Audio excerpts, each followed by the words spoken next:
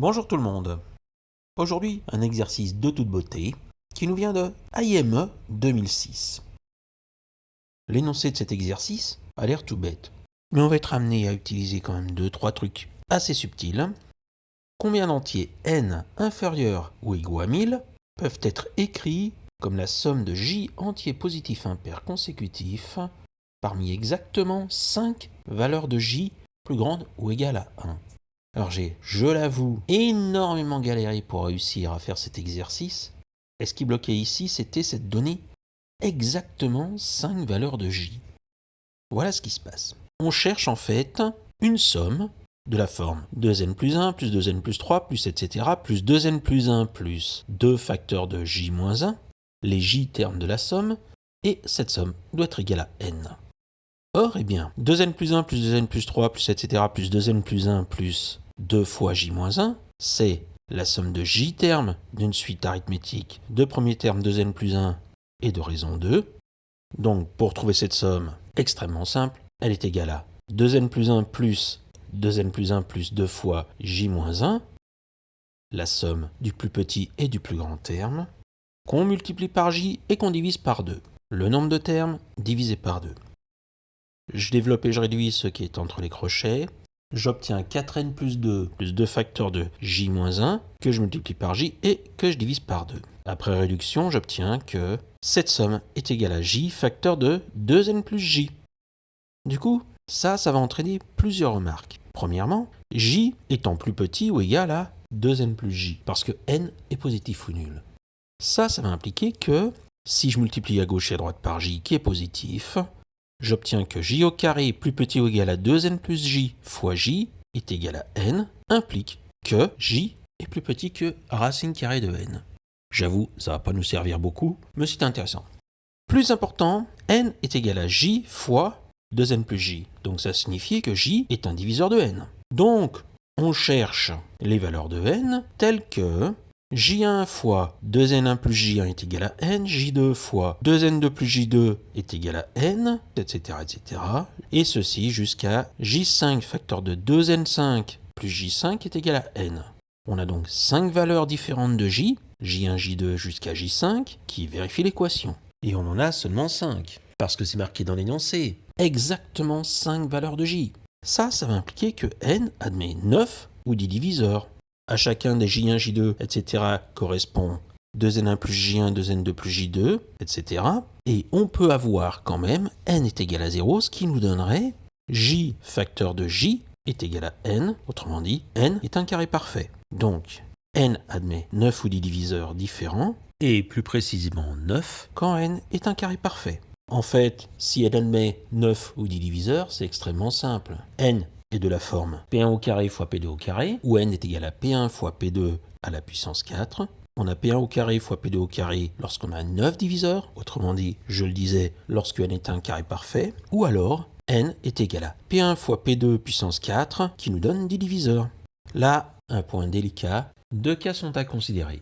Il va falloir qu'on travaille sur les n qui sont impairs et n qui sont pairs. Donc je vais prendre n impair pour commencer. 2n plus j fois j qui est égal à n est impair. Ça implique que j est impair et du coup 2n plus j est impair. Dans ce cas-là, n peut valoir 3 au carré fois 5 au carré, qui est 225, 3 au carré fois 7 au carré, qui vaut 441, mais si on fait 9 fois 11 au carré, on obtient 1089, et 1089, c'est plus grand que 1000, donc on ne peut pas le prendre.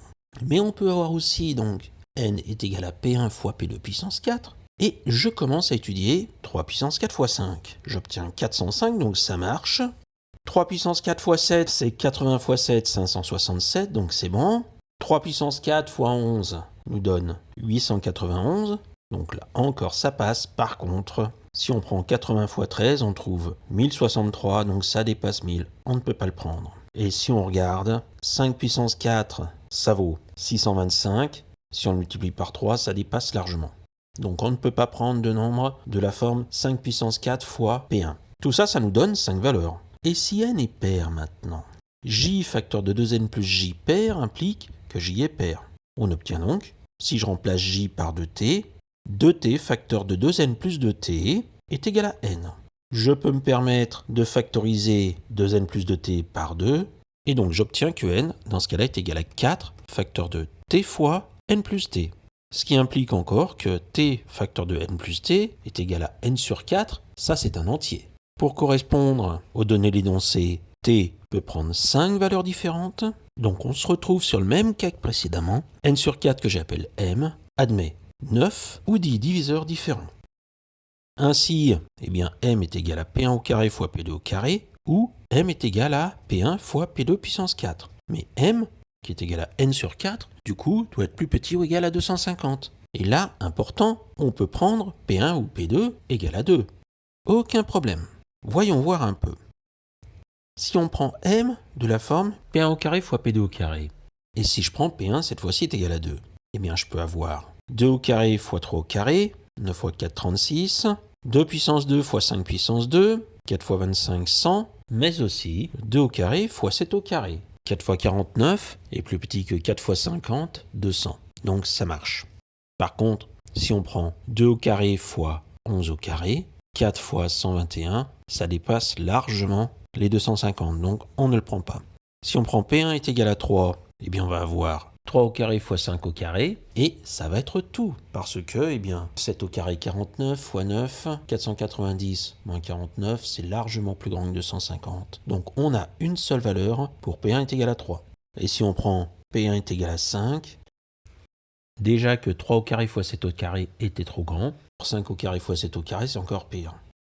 Donc, pour m est égal à P1 au carré fois P2 au carré, on s'arrête à P1 est égal à 3. Et si m est égal à P1 fois P2 puissance 4, 250 divisé par 16, c'est égal à 15. Donc ça veut dire que si je prends P2 est égal à 2, eh bien je peux multiplier P2 puissance 4 par P1 qui sera plus petit que 15. Donc je peux avoir 2 puissance 4 fois 3, 2 puissance 4 fois 5, 2 puissance 4 fois 7, 2 puissance 4 fois 11 et 2 puissance 4 fois 13. Ensuite, si P2 est égal à 3, 3 puissance 4 c'est 81. Et 250 c'est 3 fois 81 plus 7. Donc ça va impliquer que P1 doit être au maximum égal à 3. Autrement dit, il y a une seule valeur qui correspond, P1 est égal à 2. Donc on a une seule valeur, 3 puissance 4 fois 2. Et si je m'intéresse au nombre premier suivant, 5, 5 puissance 4, 625, ça dépasse largement 250, donc on ne peut pas le prendre. En tout, je me retrouve avec 4 valeurs pour m de la forme P1 au carré fois P2 au carré, et 6 valeurs pour m de la forme P1 fois P2 puissance 4. Conclusion, 15 valeurs de n, vérifie l'énoncé. Les 10 que je viens de trouver, plus les 5 valeurs que j'avais trouvées pour n impair.